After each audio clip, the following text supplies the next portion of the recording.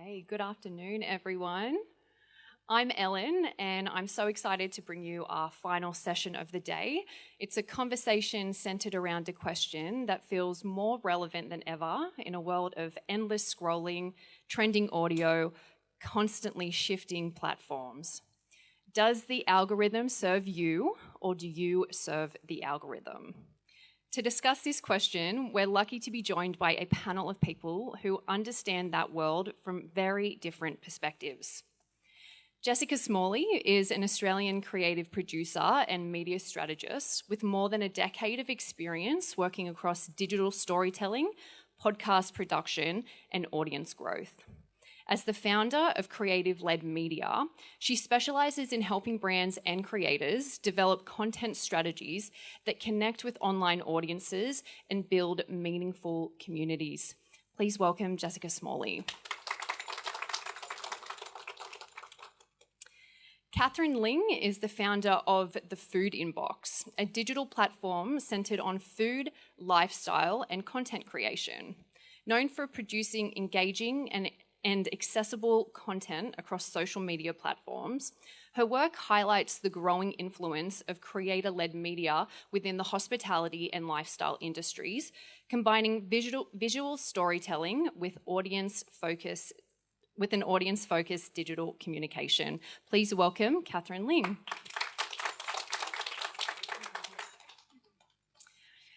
And Hannah Moy is an Australian content creator and digital personality recognised for her commentary on online culture, digital audiences, and social media trends.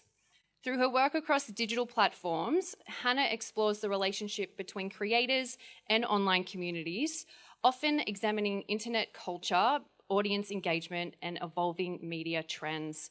Please welcome Hannah Moy. This panel is moderated by TAFE media students India and Jacob. Please give them all a warm welcome. Thanks so much, Ellen, and thank you so much to our guests for joining us today. We really appreciate it. I want to start off with you, Hannah. You wear a lot of different hats. You're a performer, you're a creative strategist, you're a mentor, and you're even Australian Young Entrepreneur in 2025.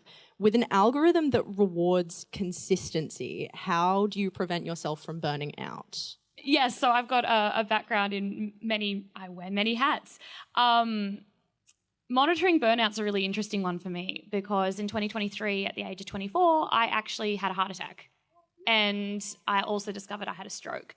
So being a young entrepreneur from a very young age, especially with a business that grew essentially from riding the Instagram social media wave, a lot of my personal brand very much got attached to what I could produce. I became a human doing, not a human being.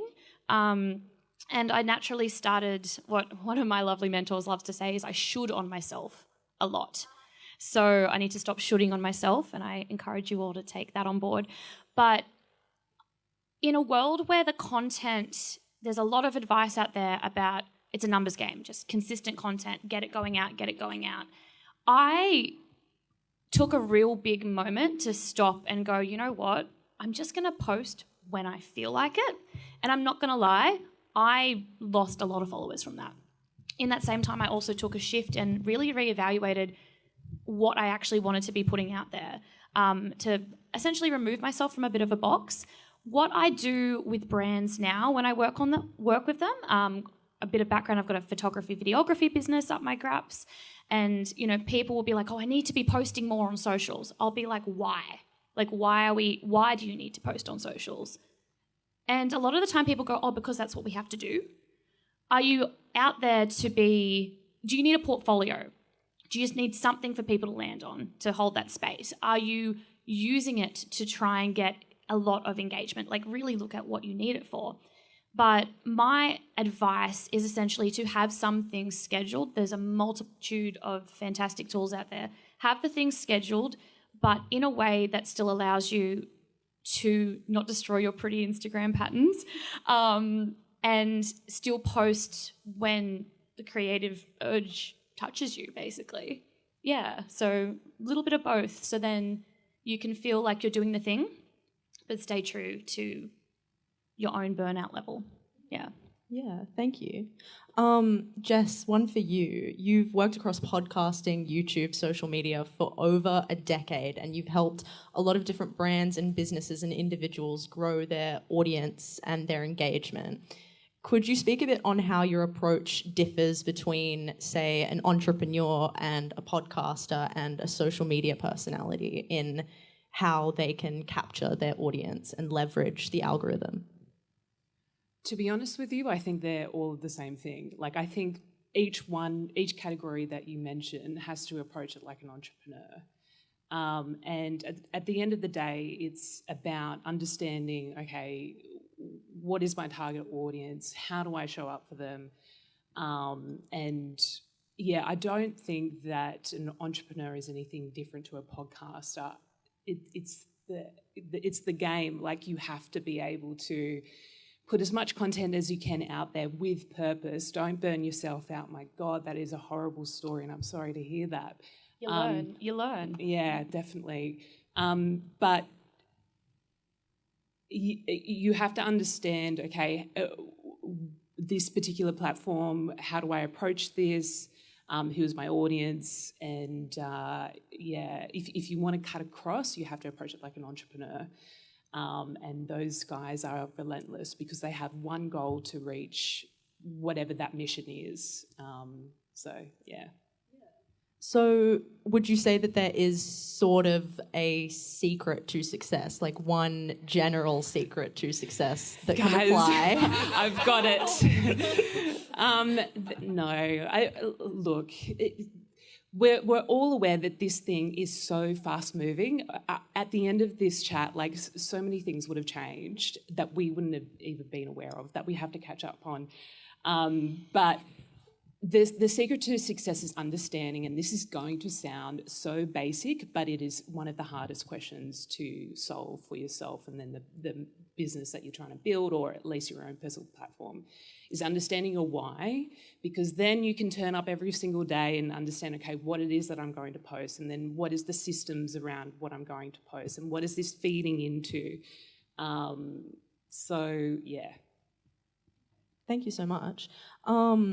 Kat, food content creation can be one of the most saturated sectors of social media, but you've had great success with Food Inbox, Kat. You have over 100,000 followers on Instagram and more across other platforms. How do you think you made yourself stand out and like consolidated your niche and had so much success in such a saturated sector?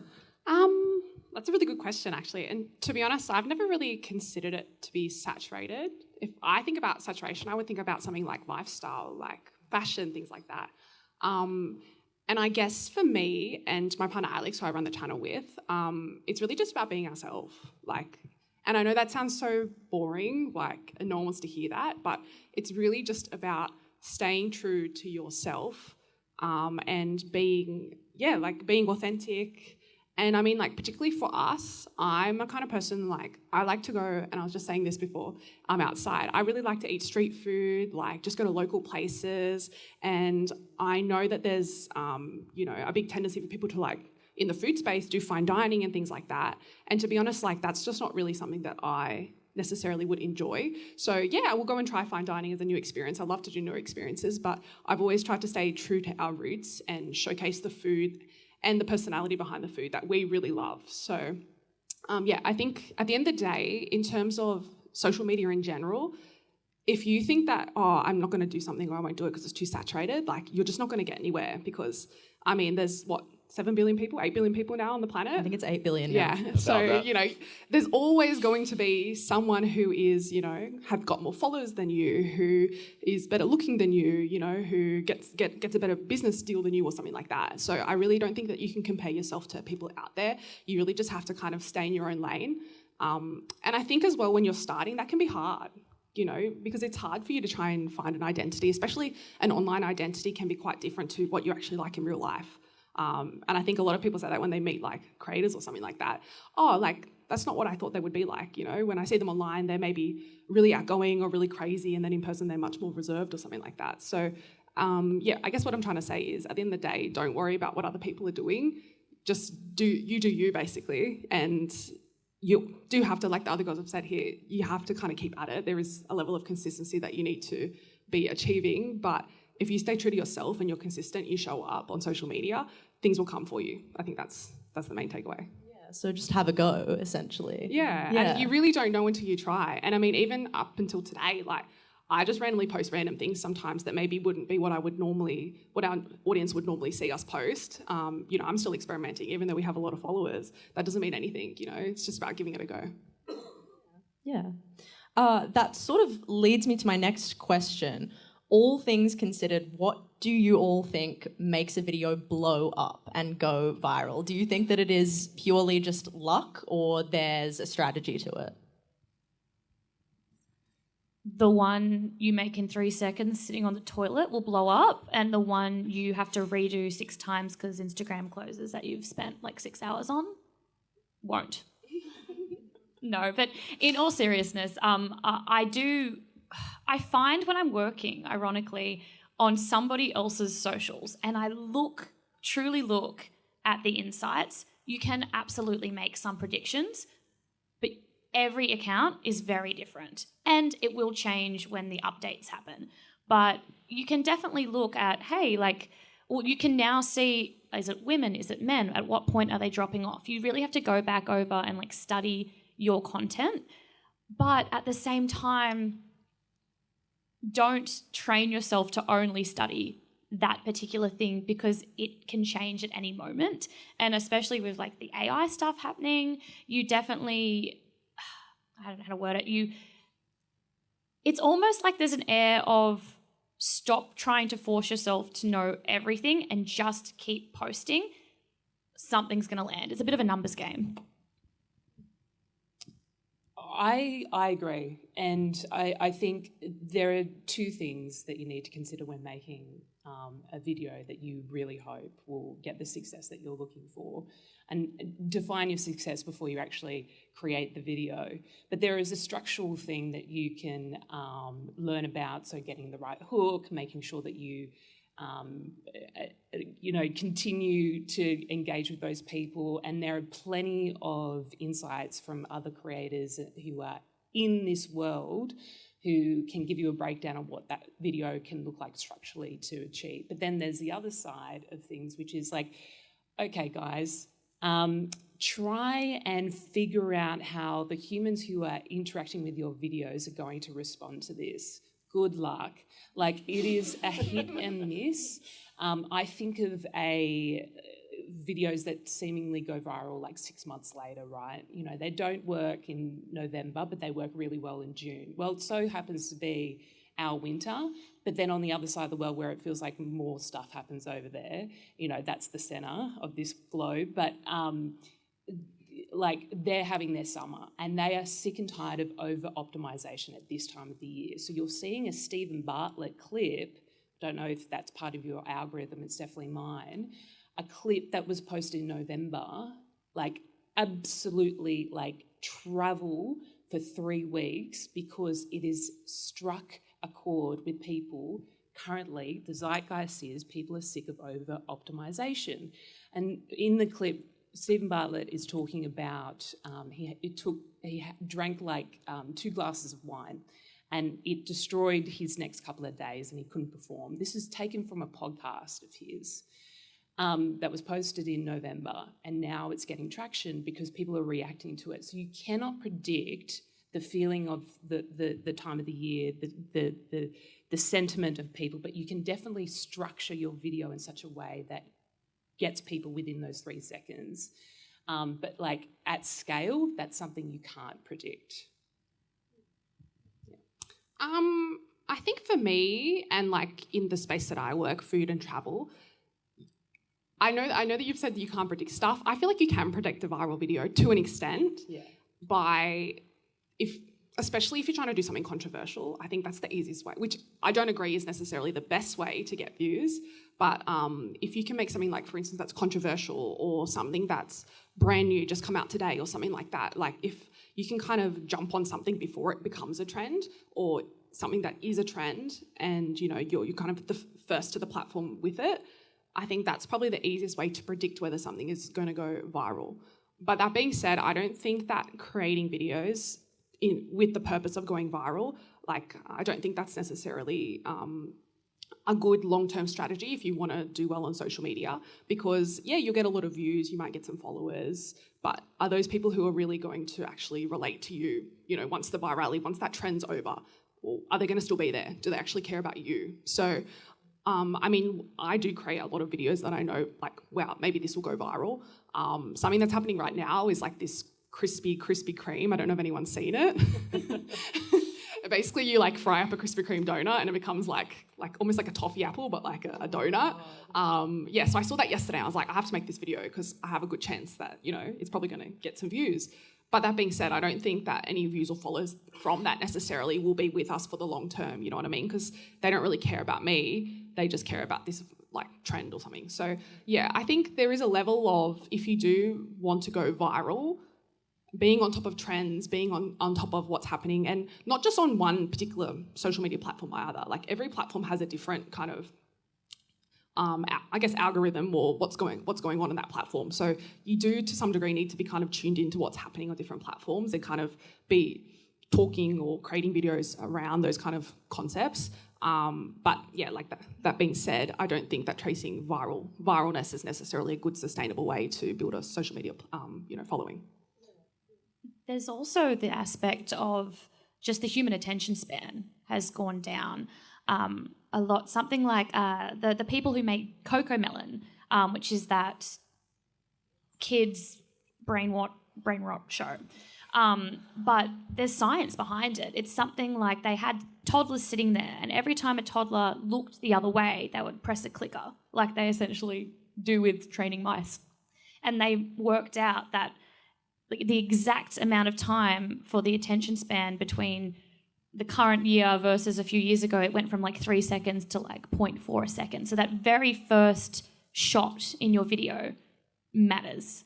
Like the main thing I pay attention to when I'm making a reel for myself or for my clients is that very first visual. That might change after like 0.5 of a second. I have some personal interest in this next question, but what are some common misconceptions held by content creators, first starting out? And this one goes for any who have an answer.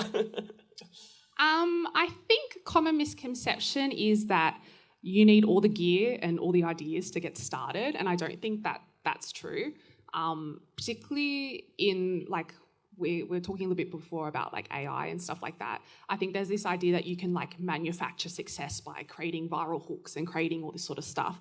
And it's kind of what I said before, like I don't really think that's the case. I think at the end of the day, people are going to be there for you and what you bring as a unique aspect to whatever you're doing. So yeah, at the end of the day, you really need to just, I guess, start. Like we kind of said before, just start. Like you don't need to worry about being cringy, worry about what your friends think, worry about your family. Like, and if it really bothers you, just block them. Like just start a new account and just block everyone that you're worried about. But yeah, at the end of the day, like you have to show up on social media to get started, and you don't have to have all the ideas. Like you just go. And I think there's also a really, I don't know if it's a common misconception, but this idea that like your videos have to be perfect. Like I saw a recent video actually, it was to do with like marketing and AI, and basically like this lady had a client who was like asking her questions, then she would straight away go and ask AI afterwards. So it was like a funny skit, and it was very relatable, but she like left a full bit in the middle where like it was a blooper basically, like she should have cut it out, but like she accidentally downloaded the wrong version and posted it. So there's like her in the middle just like not saying anything, just like standing there awkwardly. But it still did really well. So it's like that idea that you don't have to be perfect, just go for it. Yeah. Yeah, it seems like the sort of overarching sentiment so far is that you need to just get stuff out there and then see what works from there. Otherwise, yeah, you're not going to have any data to analyze, just create. Yeah, that's definitely probably the hardest part, actually. Like going from 0 to 1, and sometimes you go from 0 to 1 and then back down to 0. So we have these conversations all the time. There are constant people talking about how you just need to start. Because the thing is, right, social media is going to change. This is the bigger discussion. Social media is going to change in the next year and a half, right? So you need to take this opportunity now to be building a personal brand, if that is something that you want to be doing, because the big companies are going to change the way that they operate their business. There will be more pay to play. So right now it's just like free to show up, but in order to get some real gravity and some real reach, you probably have to put in more money. That aside, it is really hard to start because most people think they have nothing to offer, and you're comparing yourself to all the people that you've just suddenly consumed so that you can get the thing right. And the problem is, like, you've heard all this stuff before, analysis paralysis,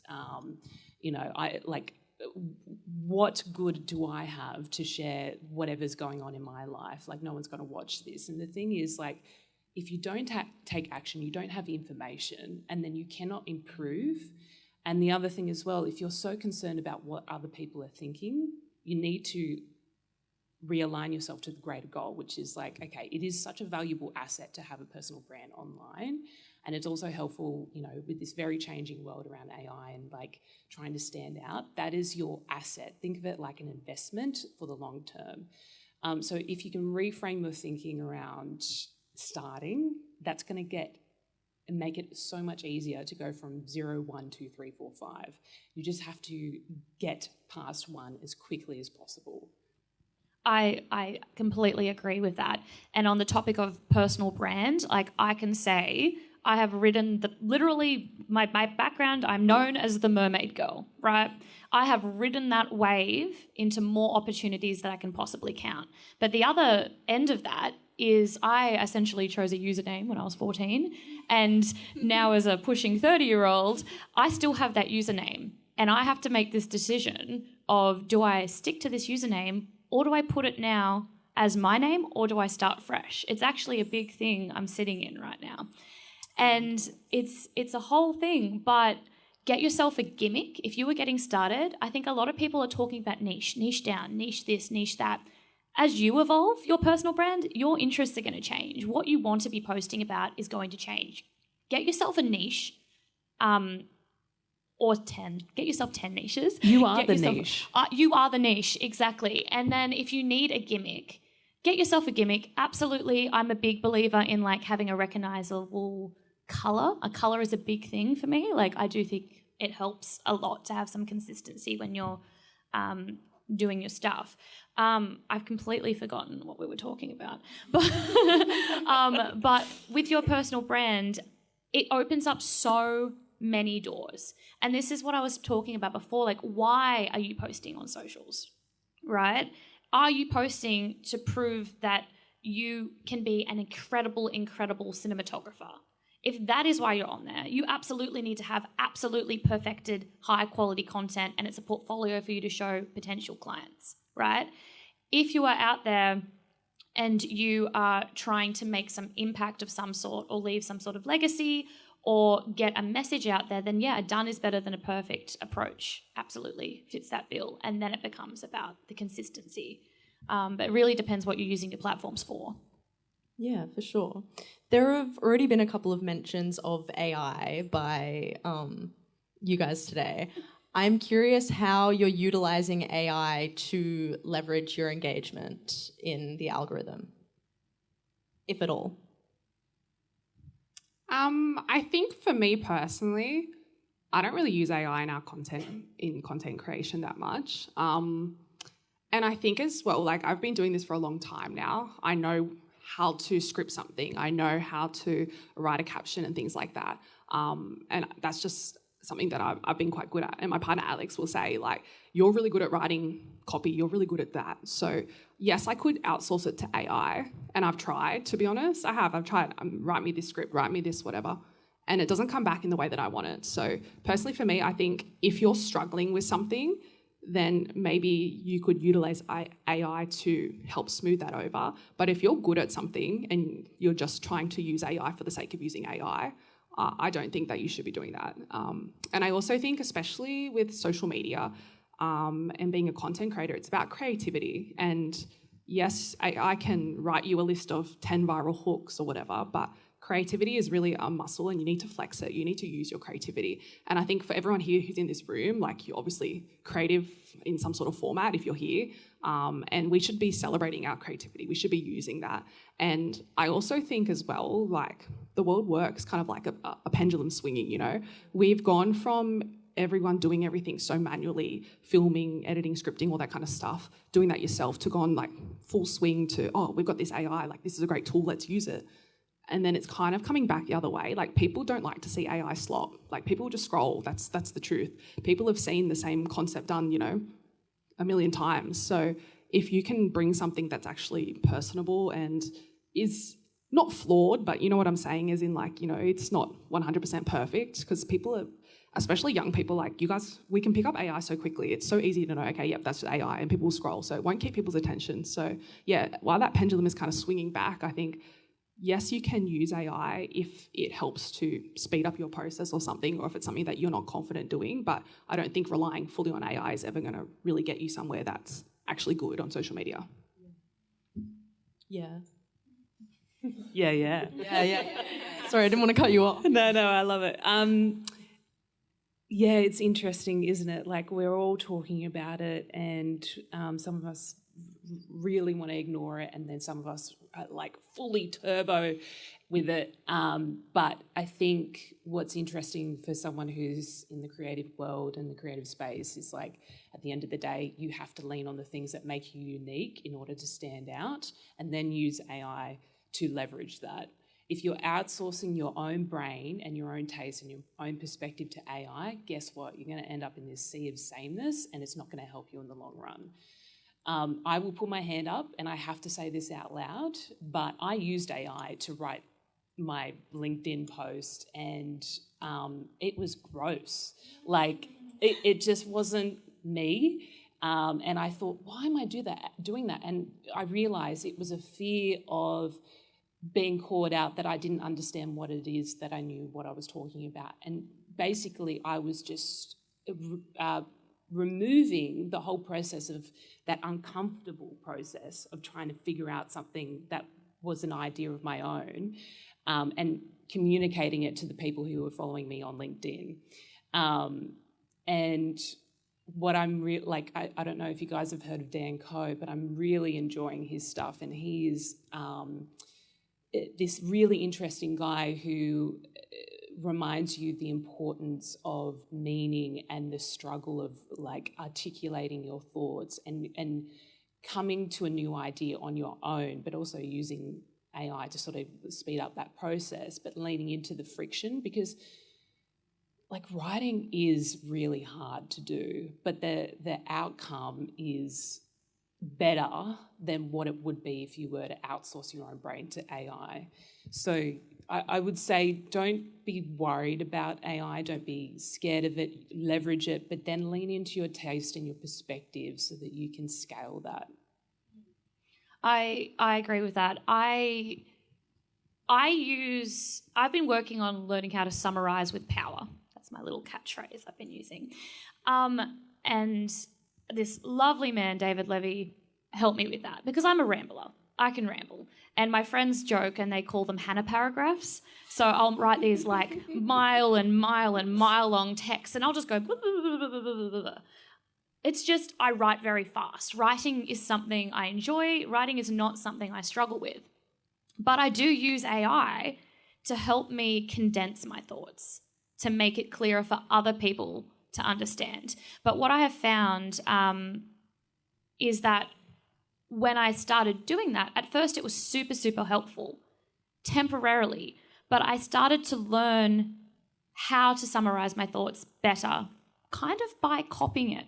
But has anyone here noticed that sometimes I'll write now and you'll go, ooh, I sound like a robot. It's almost like parroting. Does anyone else experience that? Yeah. So I very much am very careful and selective. I'll be honest, when I'm writing bios that get read out before I do things like this, I will go, tell me everything you know about me, but put it into this very specific instructions that I've been given. And then I will edit and tweak it and add my flair. But it is a very good way to tick off those quick 2-minute business tasks that you need to do when you're doing personal brand things. Pardon me. So I do use it in that way, but I would never copy and paste content from it and put it on a post just because I feel like, again, people can sniff it. They sniff it straight away. And I think before people even realised, like, you remember when ChatGPT was first, like, starting to get talked about? Everyone's kind of noticed that there was a lot of posts that, like the emoji dot points and the list-like things, everyone kind of was like, oh, the content's kind of getting the same. This is pretty cool, but why? And then we all kind of tapped into it. We're like, oh, okay. So people knew what was up before it was up. So even as AI adapts and changes and quote-unquote improves, we're all still aware of that. At least for me personally, my target market. Yeah. No, I won't lie, I'll be the first to admit that I don't keep up with the current trends. So it got me wondering, how exactly do you ladies here keep up with the trends on social media and that?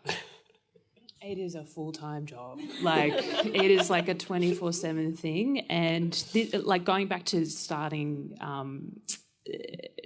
out and wanting to build your personal brand, the thing is, like, we compare ourselves to people who have like massive teams of people, and thinking that, like, we totally forget that, and we think that we need to have that same level of output.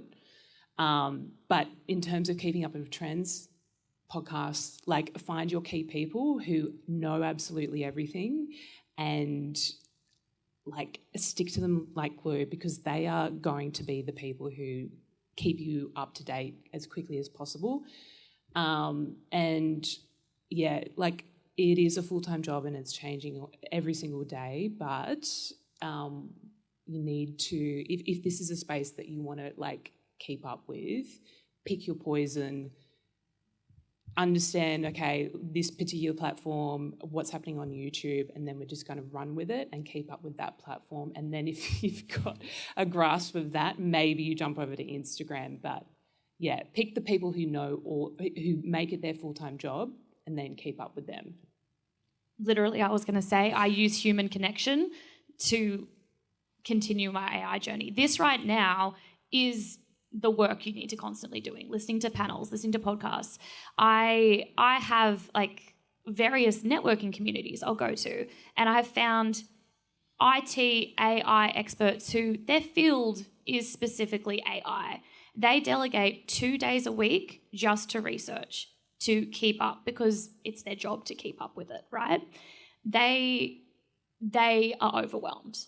So the non-AI people, it is very fair that we are, like, pacing like a puppy dog trying to swim upstream. They feel exactly the same way, because it's just expanding so quickly. And I completely agree with choosing your tech stack and just being patient, because I think all the tech companies are kind of battling it out, and I think jumping between all of them at the moment, I've sort of stopped jumping between GPT, Claude, yada yada yada, because you kind of leave one and then it fixes itself, and then you go, oh, I just, you know. There's a great platform I use called Go High Level, which I find just is a nice medium point, and there's something called Oct. I don't know what it is. I think it's OCT. I went to some AI program, but essentially when you are training your GPTs or your gems, whatever they are, you can start training this one connecting platform, so then you can jump between Claude and all the different ones to train this one thing, because there's you almost feel like you want to move your whole brain over to the different platforms. It's on my shoulding list to use. I think it's Oct01 or something. I'm sure if you Google it and go on a ramble, you'll find it. But it sounds like a great tool. Maybe it will help. Good luck. I think for me, when it comes to social media trends and keeping on top of it, at the end of the day, you just have to scroll. Like, that's how you're going to find, especially if you're trying to find things for you to create content around. Scrolling is the best way to do it. That's just the truth. but you need to be scrolling from a like objective perspective, not just scrolling mindlessly. So you need to kind of be looking at videos going, wow, okay, this is doing really well. Why is it doing well? And around trends, like if you see something pop up, oh, okay, 1, 2, 3, 4 times, okay, maybe this is a trend that I should capitalize on. And we'll always say with trends, and I think you ladies would say the same thing, if you can take a trend and then make it your own in some way, that's always going to be the best way to do it, because kind of like what I was talking about at the start, like if you just are chasing viral videos, viral trends, yeah, you'll get likes, you'll get views, you get followers, but no one's actually there for you. So yeah, if you can see a trend and then kind of, you can see a trend that's going on and yeah, kind of twist it or change it up a little bit so that it fits your personal brand, your whatever you're doing with yourself. And especially like because I'm in the food space, like I will see trends that are happening with like fashion or fitness or something like that, and then figure out like, okay, how can I do this with a burger, or how can I do this with a pizza, you know, something like that. So like it kind of, and you also kind of have to think like, yes, from an audience perspective when you're scrolling and stuff, but like how can I make this, turn this in from a creative perspective? Like, what's the viral hook? Is it a visual? Is it the text? Is it the music? Like, what's going on here? So yeah, normally what I would do is like, I have like a folder on like TikTok, Instagram, whatever. And if I see something that's like doing really well or going viral or this is a cool trend, I'll just save it there. So I've got this whole list. And then when I'm like stuck at the end of the week, like, oh, I don't know what to create, like, let's go back and let's see what's going on, what people have been liking sort of thing. Yeah, so that's kind of how I would do it. Or I've got like a note on my phone. So if I see something cool, I want to try and do something like that, I'll just quickly jot it down sort of thing. So I have this kind of list of trending things or what's going on. But I will say though, when it comes to trending stuff, like you do really need to jump on it straight away. Like, it's no use going, oh, like this is really cool, and then like maybe I'll do it next week, and then next week comes around and it's not trending anymore. So there is that kind of level of, yeah, jumping on things as soon as you can, but also you don't need to jump on every single trend. Like some things just don't work for whatever kind of niche or your brand that you're in sort of thing. So yeah, I guess use trends, leverage trends, but they're not the be all and end all. Yeah. Can I just quickly add to that too? With a lot of tools that you could schedule things with, you can't, it's very hard to like schedule like trending sounds as well, which is one of the most annoying things. If anyone has any hack to that, please let me know. But it also comes down to your strategy. The trending sounds may not be part of your strategy. Your why, when you're going to sit down and make content. Are you going to batch make it? Are you going to do it as you go? Having a strategy or some sort of plan that you can actually commit to, I genuinely believe is more important than just trying to just use all those trending audios. Yeah, because you'll keep your people for your purpose. Just to quickly add to that, I used to save everything and not do anything with it. Like, I don't know how your save looks like, but I was just like, I have to do something with this because it's just all sitting there, and it's all of this great information that I had when I saw that video. So what I'm now doing is being really disciplined with my work and curating my ideas through Notion. I love Notion for this reason, where I've seen it, what I thought of the particular post, why it worked and why it could work for me. I brought up Dan Coe before. He has just brought out this amazing piece of software that is like, sunk $2 million into it, and has brought on a heap of other people to create it. But essentially, it's called Eden, and you can take all your ideas across different platforms and put it into the software, and it will break down why it worked really well and how you can apply it to your own personal brand or whatever it is that you're using it. It's such, like, it's so expensive, but it is everything that I needed, because that's what I did manually in Notion. Or you can go to Notion and pay for the free version. But like, do something with your ideas. Carry a notebook around. Like, just do something with it, because that's going to get you from 0 to 1. Have you all heard of being chronically online? Yes, I am. Yes. Do you think it's a necessity to be chronically online to succeed? I think that's something I actually really struggle with because I am chronically online. I just can't help it. And I like to tell myself like, oh, I'm doing research, you know what I mean? And I am somewhat. But I also think that being chronically online long term is probably not good for us. Like just as human beings, you know what I mean? Like being hunched over on your phone all day it's not good for us. So I'd say, be conscious with the way that you consume content. And that goes not just for if you're trying to be a content creator or trying to create content, but just in general, like when you're scrolling and you see things, think about it consciously. Like, what is this? Is this AI slop? Is this actually someone talking? Is this a bot? Like, just be conscious with what you're consuming. And I think it's not a bad thing necessarily to be chronically online, especially in the world we live in. So much stuff is online. So you kind of, especially if you're going to work in media, journalism and things like that, like you really need to have your finger on the pulse somewhat. But I really like what you said before, like if you don't really want to be constantly online and scrolling, find someone, a podcast or someone, you know, that you can kind of, they've summarised it all for you and you can kind of take what they're saying and still be in the loop somewhat. So, that's my opinion. I think we'll get to we pretty much are already there, but the key differentiator is how do you bring the real world and then online world together and then use it to your advantage. It's so hard not to be chronically online, but just make sure that there's a reason why you're doing it and you're not mindlessly letting Zuckerberg take all of your data, right? That's where it really hurts. Always go on there with a purpose, and if you can feel yourself just scrolling, jump off, touch grass, and remind yourself that this is, we can't lose ourselves to being online. That's the most important thing. I think it's important to have systems to the level of your own stubborn resistance. So for some people, that's that brick thing. I personally haven't experimented with lockout apps for locking myself out of socials, but I will always have something in my calendar that intellectual me will book. For example, I just went on a cruise. When I go on a cruise, I do not buy an internet package. I have my team, I have systems in my businesses to ensure I do not have to be contactable. And that took years to build.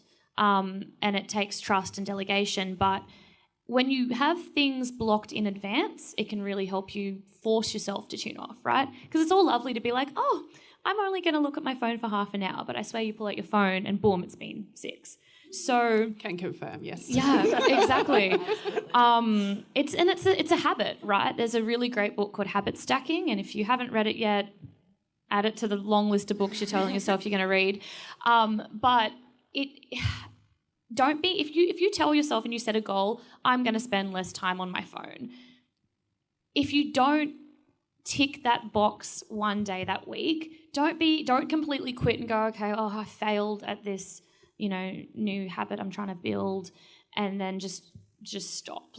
Just be a little bit better every day. Because if you tell yourself this every day, I'm going to have 2 hours of no phone time, and one day you miss it, and the next day you go, oh, I missed it yesterday. It's like having a little sweet treat and then suddenly your whole diet's ruined. It's really just don't quit when you mess up once, because 2 out of 7 days of no phone was still better than 0 out of 7 days, right? And that's how I feel people with how attention-grabbing socials really are. I think that's the type of, self-love and self-trust you need to have in yourself. We're not perfect. Don't attempt to be, because you won't be. You'll fail at that. So, yeah. I think that is a brilliant note to see if the audience has been paying attention. So if the audience has any questions, please raise your hand and the lovely Ellen will pass you the mic.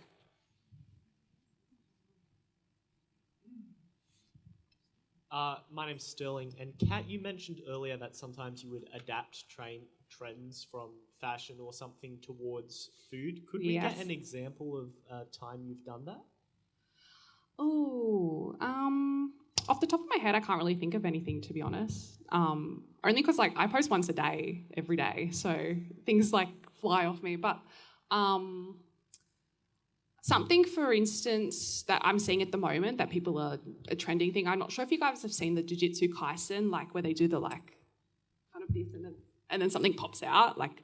So we did one with our friends like a few weeks ago, and the trend is kind of like with food. So like you pop out and you've got a pizza or you've got a glass of wine or something. And then I've seen people do it with puppies. Like it's like an adoption agency. They're trying to get people to buy the puppies. So like they're doing like, and then there's a puppy that appears in their hand. So I guess that's kind of like an example of like, if you can see a trend and you think, oh, okay, you do have to be creative though. Like you have to flex that creative muscle in your brain to think how can that work for me? And if you're trying to force it, I would say don't bother, because I think, there's nothing worse than trying to force something on social media. So if you can think of, oh, okay, that would work really well for this, then do it. But I'm sorry I don't have a specific example for you. If I think of one, I'll let you know later though. Well, that's a really good example, but it's like what you're saying is it's really important to go outside of your niche, because you got to be careful not to sound like everybody else who's in your niche. So it's great to explore outside and get those ideas and see what's going on. Yeah, what she said. I think we have. Hello, my name is Yogev. There was a mention about a shift of pay to play that you're seeing in the coming year and a half. My main business is running ads, so I was just wondering what's your take about this usage of paid ads coming in with social media from your end? I've got a really controversial answer to this, which almost goes against this whole discussion. Everything is online. Everyone is on social media. I completely believe all businesses should at least have some sort of presence online. It's almost like your business doesn't exist unless it's out there to a degree. However, it's the swinging pendulum. For my children's entertainment business, I do not put money into paid ads. I won't do it. But I will pay someone to go and sit at a market and hand out flyers, because do you know what a lot of the other businesses aren't doing? That. You have to remember that if you are a business owner, social media is one of your marketing forms. It doesn't have to be your whole marketing. Have a look at what other people aren't doing, because there's likely gaps there. But there's also if you're going to run ads, and ads can be so successful and there's so much cool things you can do with them, but there's no point you running ads unless your funnel's really good. So if you're paying, to have ads and people are clicking on your ads and you've got great content, where is it going? Is your website smooth? Do people only need to scroll twice before they can click and enter into your CRM? It's really important to make sure that your ecosystem works with your marketing, not you just have good marketing. You have to have somewhere for people to go, because at the end of the day, if you're running a business, it's not about your engagement, it's about how many people actually land as a lead. Hello. Hi, ladies. Thanks for the great panel so far. So my question is from a perspective of somebody that doesn't really use social media. So when you're talking about like the trends and the scrolling and all that stuff, like how do you prevent it to become this like self-feeding loop of like creators creating to another creator, if that makes sense? Then you start to just like, like more and more of the like the thing that you just talked about, the jiu-jitsu thing, right? So how do you get that to be like something that's authentic and you're not just like chasing the next trend kind of thing? Well, I think and it's kind of what I touched on at the start, like being yourself and thinking about like you filming, creating content about yourself for yourself first before you start going, oh, okay, I need to do this trend and stuff like that. That's kind of how you do it. For me as well, like I said, yes, trends to a degree, but also like do stuff that is your own.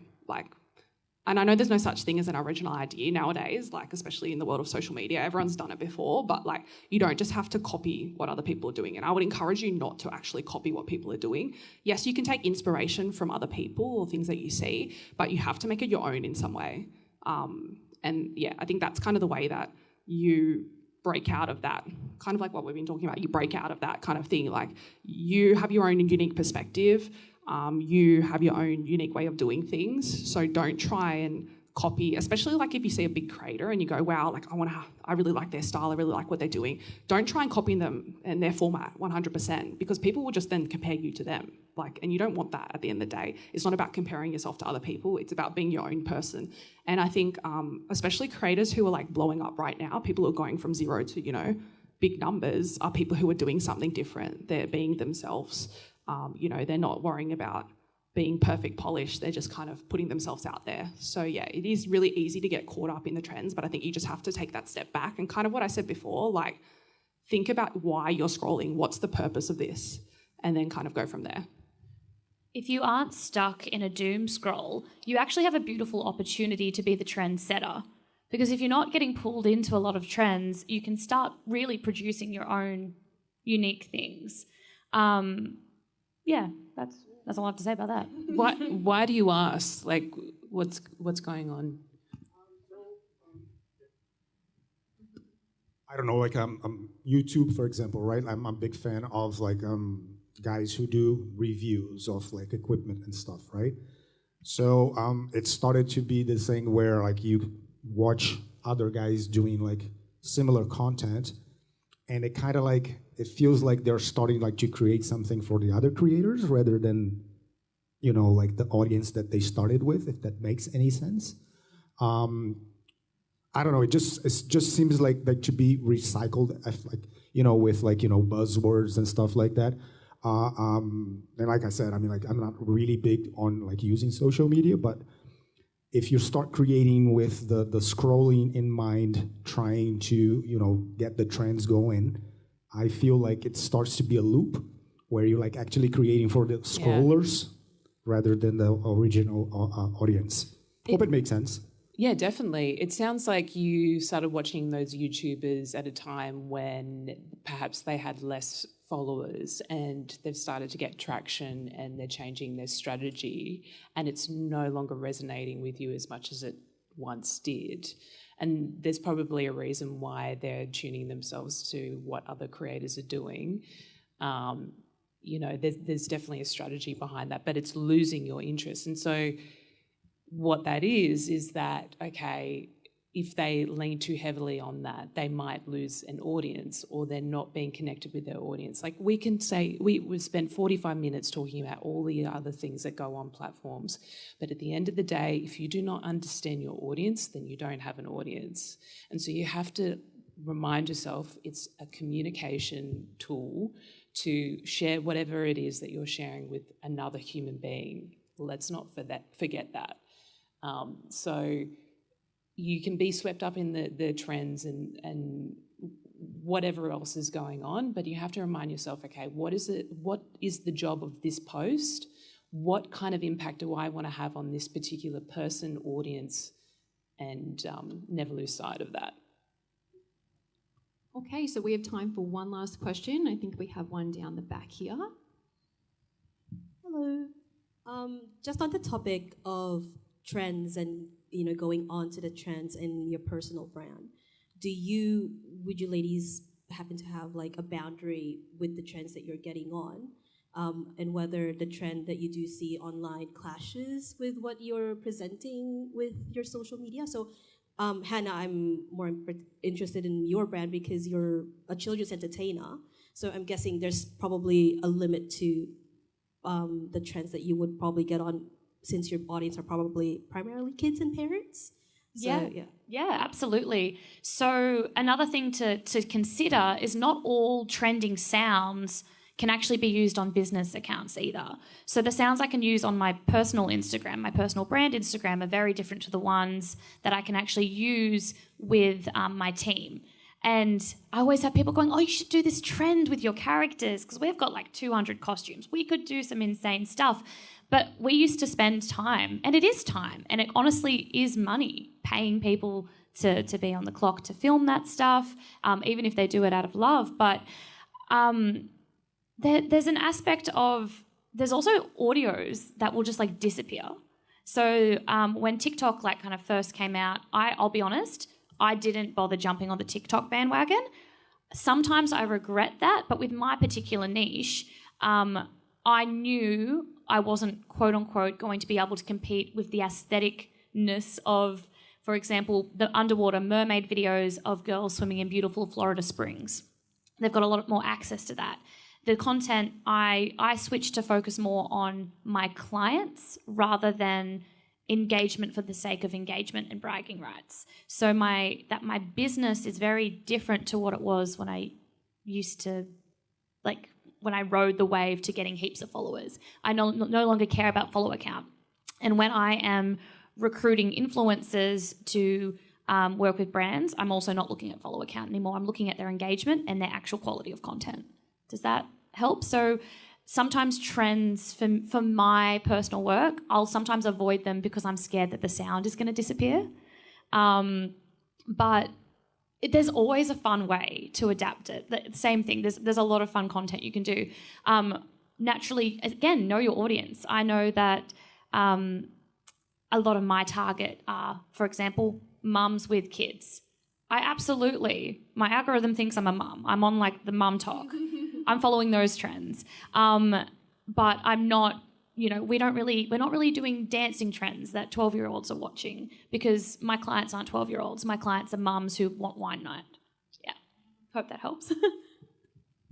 I will say, I just think with trends, when you're deciding on what to jump on and what not, just pay attention to things that are controversial, and that goes back to your reason why you're creating content. If you're wanting to get into a professional space, you want people to trust you, have a sense of authority. If you're doing like a lot of really controversial things that might not necessarily in the future align with your brand. So yeah, just be careful when doing trends. Like, I know people always say like, oh, like, would your grandmother like watching this? Like, if she doesn't, then don't do it.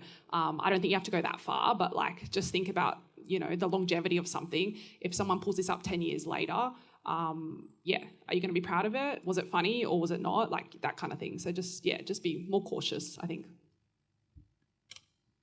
Yeah, we've had some really great conversations today, guys. Please give our panelists another round of applause. That is all the time we have for today. Thank you so much, everyone, and especially our panelists, Catherine Ling, Jessica Smalley, and Hannah Moy, as well as our TAFE student media moderators, India and Jacob. Let's just do one last round of applause for everyone. I'm now going to hand it over to our head teacher, Jessica Mikulev, for some final words.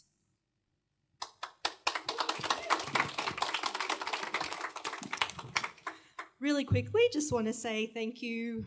Thank you for everyone in attendance here today. Really big thank you to our guests and panelists we've had throughout the day who've taken time out of their day to share all their insights and experience with us. We feel really privileged to have had them on today. Also, massive high five to all our diploma students and everybody who's been involved in great questions, great conversations, really great jobs. So couldn't be prouder right now. But thank you also to my amazing team. Teachers, Mikey, Mary Lou down the back, Gloria, and those who stepped in today who weren't even scheduled on, like Ian, and everybody else who's been involved as well. I'm sure I've forgotten names, but yeah, thank you very much. Well done, everyone.